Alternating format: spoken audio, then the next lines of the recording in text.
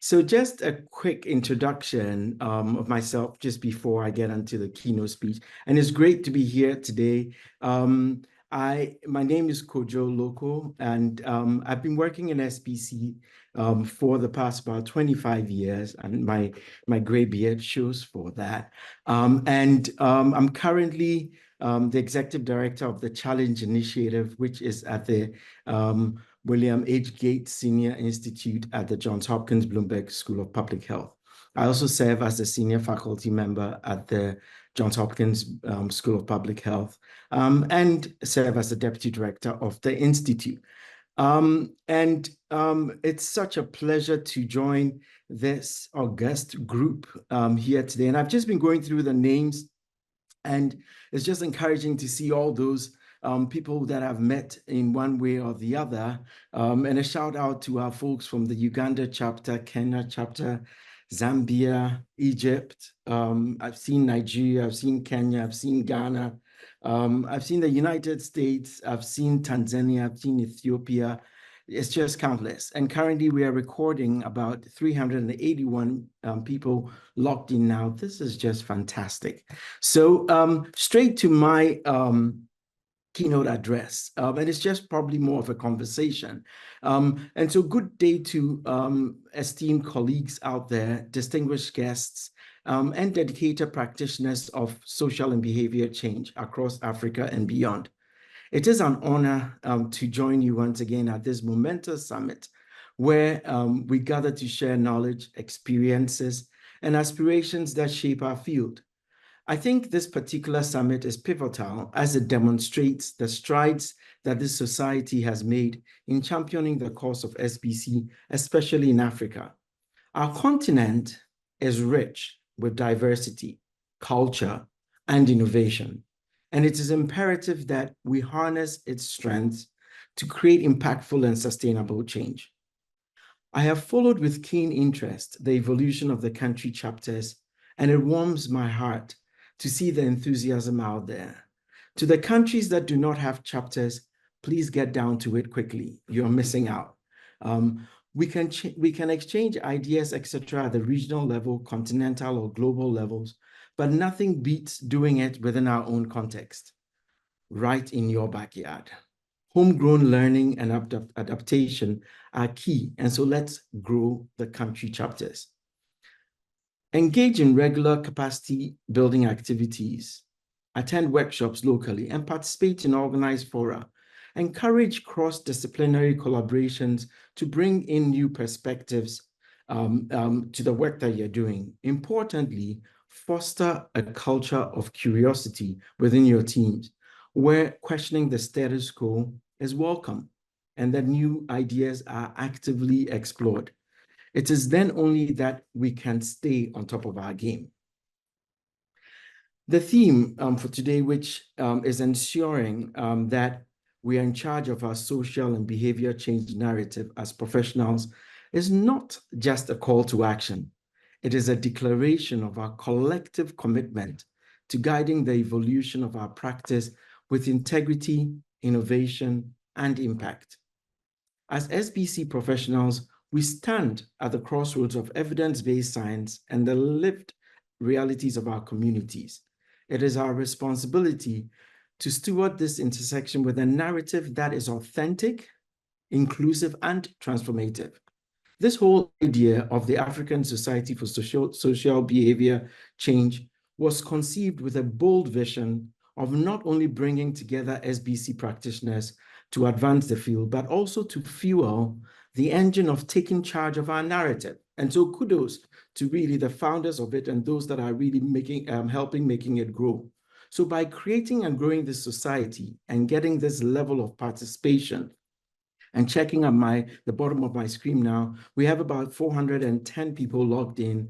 By just creating and growing this society and getting this level of participation, we have today really made giant strides in taking charge of our narrative. But let's take a moment to reflect on our journey.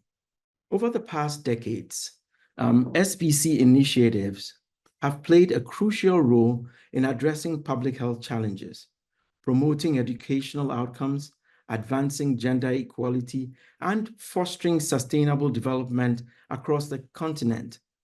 From grassroots campaigns to national policies, our efforts have empowered individuals and communities to make informed choices that improve their well-being. Consider the strides made in combating HIV/AIDS and the success in maternal and child health, even including family planning, and even look at malaria, where behavior change has been instrumental. These successes are testament to the power of SBC and our capacity to drive positive change. So as we look at some of these successes, as I talked about, and as we celebrate these achievements, we must also confront the challenges that threaten to undermine our progress. The landscape of SBC is rapidly evolving.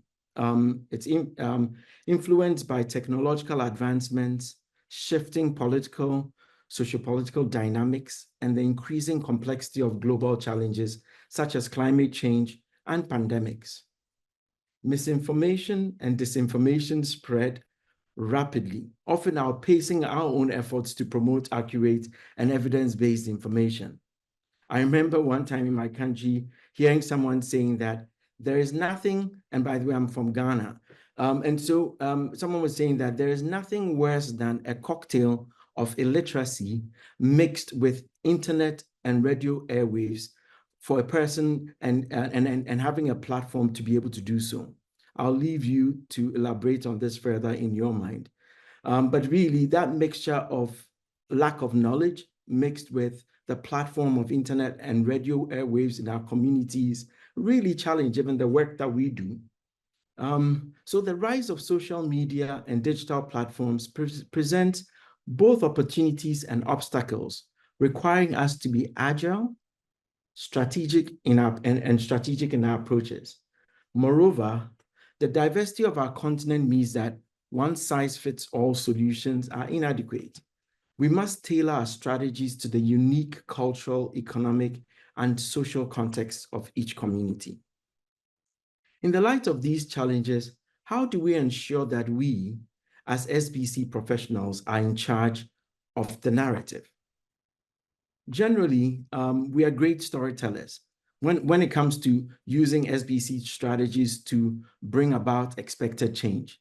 However, we are not as great storytellers when it comes to elevating the role and the importance of science, the science and practice of SBC. So if we don't tell our story, no one will do it for us. We should package and tell the stories of our impactful approaches at the local, national, regional, and global levels. As I thought through the strategies that will help us take charge of the SBC narrative as the theme goes, there were a lot of thoughts that came to mind. However, in the interest of time, just allow me to highlight a few here. So I'd like us to look at the importance of strengthening our evidence base. And I'm sure we've been hearing it over and over again during presentations in this summit. Rigorous research and data collection are the cornerstones of effective SBC. We must invest in robust methodologies that capture the nuances of human behavior and the impact of our interventions. So by grounding our work in solid evidence, we enhance our credibility and influence. And the second, I would say, is we need to enhance our professional capacity. And I can't overemphasize that and the importance to really dig our heads into the material and also continuing to learn. So continuous professional development is critical, it's essential. I have listened to a few of the presentations at this summit, and they have been great.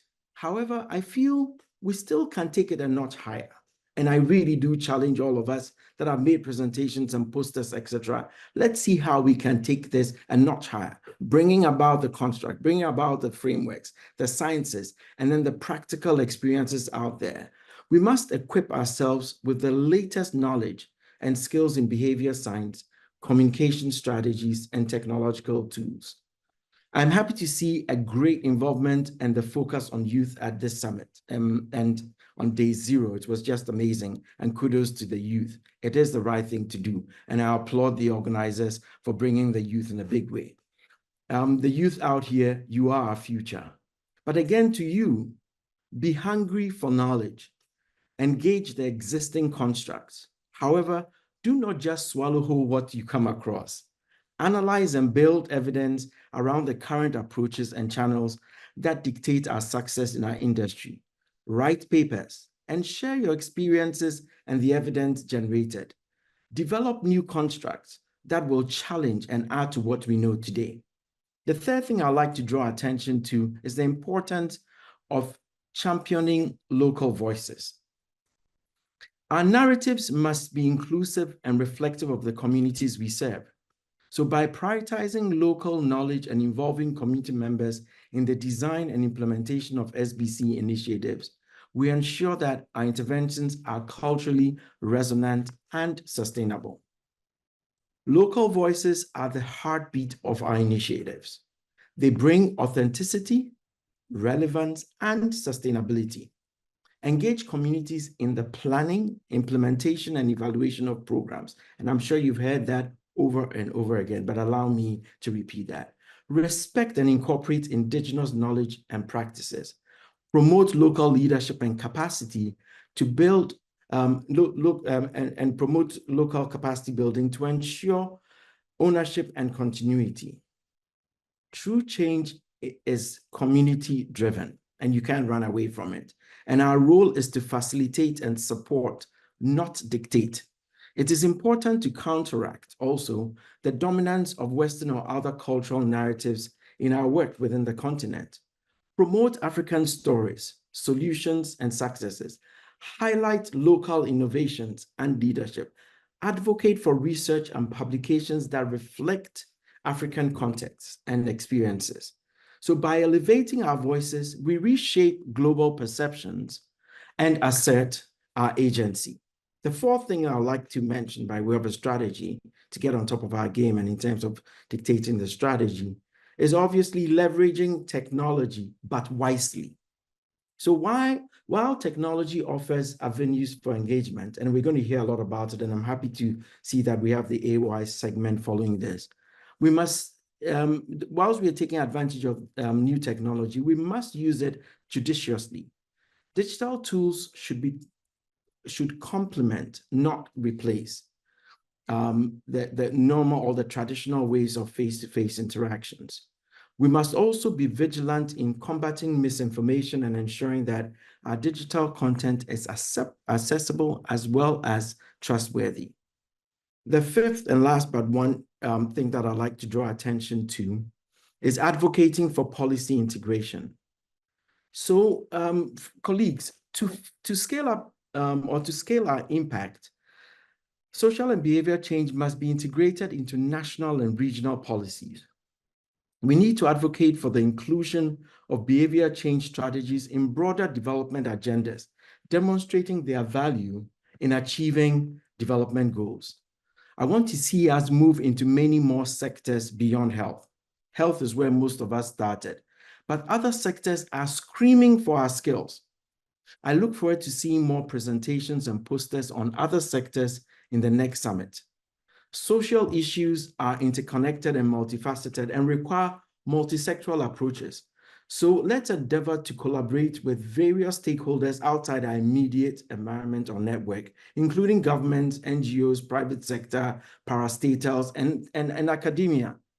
So addressing health, education, economic development, and environmental sustainability in an integrated manner amplifies our impact. So we can't do it in siloed ways.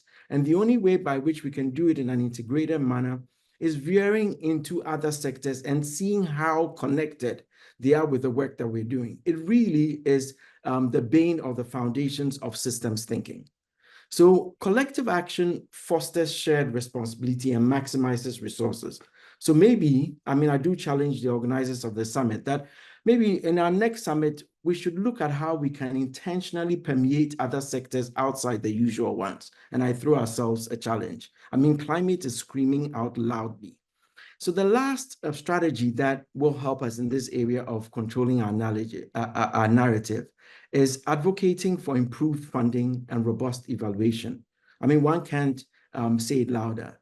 Sustainable change requires adequate funding and strong systems for evaluation. And I've mentioned about evaluation on top there. I'd like to find out, I didn't really see any names of donors that I know amongst the list as I was scanning through. Do we have donors in our midst today? How about government partners, our private sector partners? I mean, we really should have them sit around the table.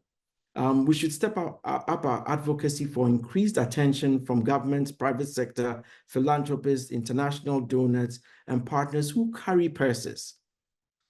Let's emphasize the importance of long-term commitments rather than short-term projects. Okay, so develop robust monitoring and evaluation frameworks to measure impact that can support our resource mobilization efforts. Colleagues, we need resources to control the narrative.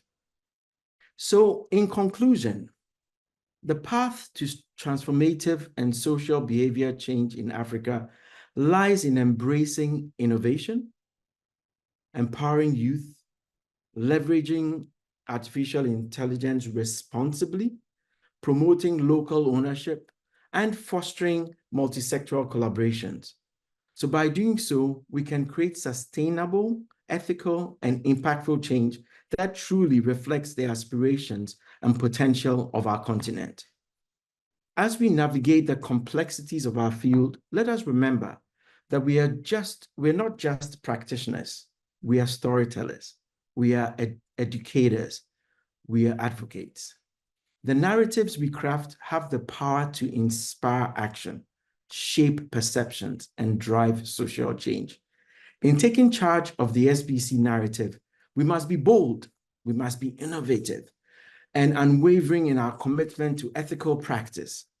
Together, we can amplify our collective voice, ensuring that the stories we tell and the changes we champion reflect the aspirations and realities of the people we serve. Let us leave this summit with a renewed sense of purpose and a shared vision for the future of SBC in Africa. By working together, we can harness the power of social and behavior change to build a healthier, more equitable, and resilient communities across our continent. Thank you, folks, and I wish you fruitful deliberations today as well. Thank you.